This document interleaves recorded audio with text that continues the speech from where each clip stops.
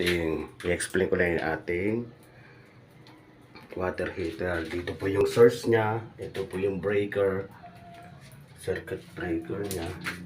Yung kulay black na ano doon, yan yung ground.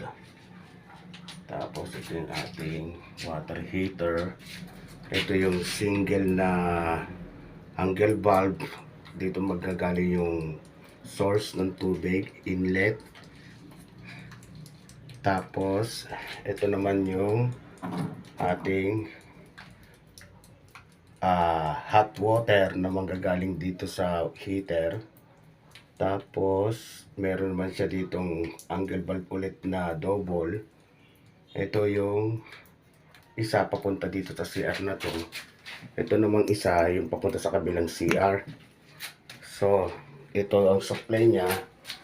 Pag dito siya sa left, siya yung hot. Yan. Ito yung gagana, naka-hot siya yan. Gumagana.